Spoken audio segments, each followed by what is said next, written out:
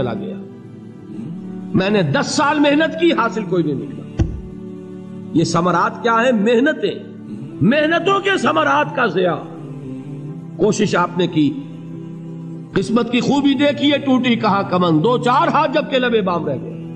Be prepared. ایک شاعر کے یہ اشعار ہیں، وہ کمیونسٹ تھا، میں نام بھی نہیں لیتا، لیکن یہ کہ یہ اسی انقلابی، چونکہ ان کا بھی ایک انقلابی نظریہ ہے، انقلابی عمل میں یہ سارے مراحل آتے ہیں۔ کوئی سیٹ بیک آیا، فرض کیجئے کوئی ناکامی ہو گئی، تو اپنے ساتھیوں کو دل بندھانے کے لیے یہ فصل امیدوں کی ہمدم اس بار بھی غارت جائے گی، سب محنت صبحوں شاموں کی اب کے بھی اکارت جائے گی۔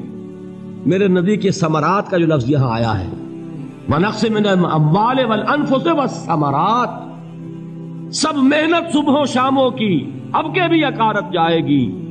دھرتی کے کونوں کھدروں میں پھر اپنے لہو کی کھاد بھرو، پھر مٹی سینچو اشکوں سے، پھر اگلی رت کی فکر کرو، پھر اگلی رت کی فکر کرو، جب پھر ایک بار اجڑنا ہے۔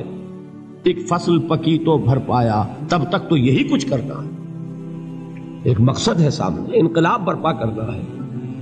ایک کوشش ناکام ہو جائے کوئی پرواہ نہیں، نیکسٹ، پھر تیار رہو ناکامی کے لیے۔ ایسا نہ ہو جو انگریزی میں کہتے ہیں hope for the best but be prepared for the worst. ایسا نہ ہو کہ دوسری مرتبہ ناکام ہو کے بددل ہو جاؤ، تمہاری ہمتیں جواب دے جائیں، نہیں، پہلے سے تیار رہو کہ دوسری مرتبہ بھی ناکامی آئے تو آئے، لیکن جب تک کہ کامیابی حاصل نہیں ہوتی ہمیں یہ کام کیے چلے جائیں۔ دیکھیے سیرت میں آیا کہ نہیں یہ واقعہ؟ بدر میں مسلمانوں کو فتح ہوئی تو احد میں زک پہنچی کہ نہیں؟ 70 صحابہ شہید ہوئے کہ نہیں؟ اگر ان کی ہمتیں جواب دے جاتی تو گاڑی کیسے چلتی آگے؟ تو فرمایا وَلَنَبْلُوَنَّكُمْ بِشَيْءٍ مِّنَ الْخَوْفِ وَالْجُوعِ وَنَقْصٍ مِّنَ الْأَمْوَالِ وَالْأَنفُسِ وَالثَّمَرَاتِ، ہم تمہیں لازم آزمائیں گے، خوف کی کیفیت سے، فقر و فاقے کی کیفیت سے، بھوک سے، جان کے نقصان سے، مال کے نقصان سے، محنتوں کے حاصل کے ضائع ہو جانے سے۔ وَبَشِّرِ الصَّابِرِينَ، اور اے نبی بشارت دیجئے صبر کرنے والوں کو۔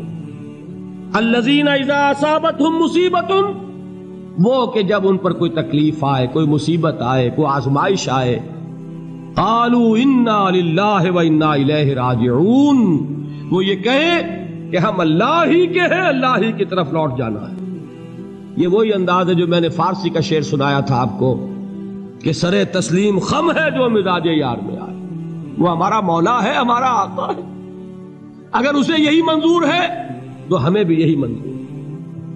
میں نے تسلیم و رضا کی بات کی تھی نا، آپ کو کچھ شعر سنائے تھے، ایک شعر اور سنیے، اور یہ کس کا ہے؟ محمد علی جوہر کا۔ ایک مرتبہ جیل گئے، ان کی ایک بیٹی جوان بیمار ہوئی، فوت ہو گئی، باہر چھوڑا انگریز نے، جاؤ بھائی دفن کر دو بیٹی کو۔ دوسری مرتبہ جیل گئے، دوسری جوان بیٹی اسی مرض میں مبتلا ہوئی۔ اب یہ جیل میں ہے، خبر پہنچی کہ دوسری بیٹی کے اوپر بھی اسی مرض کا حملہ ہوا ہے۔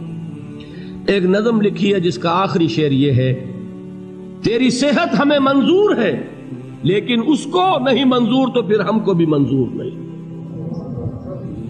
یہ ہے، جب تک یہ کیفیت نہ ہو اس میدان میں آدمی ثابت قدم نہیں رہ سکتا کہ میرے رب کو اگر یہ منظور ہے تو یہی مجھے منظور ہے، اور تیری صحت ہمیں چاہیے تو ضرور، لیکن ہمارے رب کو منظور نہیں تو ہمیں بھی منظور۔ راضی برضائے رب۔ وَبَشِّرِ الصَّابِرِينَ الَّذِينَ إِذَا أَصَابَتْهُمْ مُصِيبَةٌ قَالُوا إِنَّا لِلَّهِ وَإِنَّا إِلَيْهِ رَاجِعُونَ۔ نہ شود نصیب دشمن کے شود ہلاک تیغت، سر دوستہ سلامت کے تو خنجر آزمائی۔ اولئک علیہم صلوات من ربہم ورحمہ، یہی ہے وہ لوگ جن پر ان کے رب کی طرف سے عنایتیں ہیں اور رحمتیں ہیں۔ وَأُولَئِكَ هُمُ الْمُهْتَدُونَ، اور یہی ہے وہ لوگ جو کامیاب ہونے والے ہیں، ہدایت پانے والے، ہدایت یافتہ۔ اسی سورہ بقرہ میں ذرا آگے چل کر، یہ تو ہے 20واں رکوع، 19واں رکوع،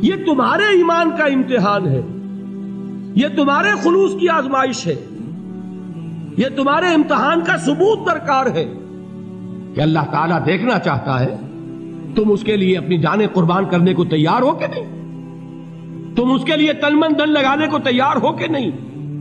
اور یہ جان لو کہ اگر کفار اور مشرکین اور ملحدین اور باطل نظریات والے وہ جو کچھ قربانیاں اپنے باطل نظریات کے لیے دے رہے ہیں ان سے زیادہ اگر تم نہیں دو گے تو حق غالب نہیں ہوگا۔ انہوں نے جو صبر کیا ہے اپنے باطل نظریات پر، اگر تم اس سے زیادہ صبر کا ثبوت نہیں دو گے اپنے اس حق پر تو حق غالب نہیں ہوگا۔ اس لیے فرمایا یا ایھا الذین آمنوا اصبروا وصابروا، نہ صرف یہ کہ صبر کرو بلکہ صبر میں اپنے دشمنوں سے آگے نکلو، ان کے صبر سے بڑھ کر صبر کرو۔ وَرَابِطُوا، مرابطہ کہتے ہیں چوکس رہنا، ہوشیار، پہرا دو، ایسا نہ ہو کہ دشمن جو ہے غفلت میں تمہارے اوپر کوئی حملہ جو ہے کر بیٹھے۔ وَاتَّقُوا اللَّهَ، اور اللہ کا تقوی اختیار کرو، لعلکم تفلحون، تاکہ تم فلاح پاؤ۔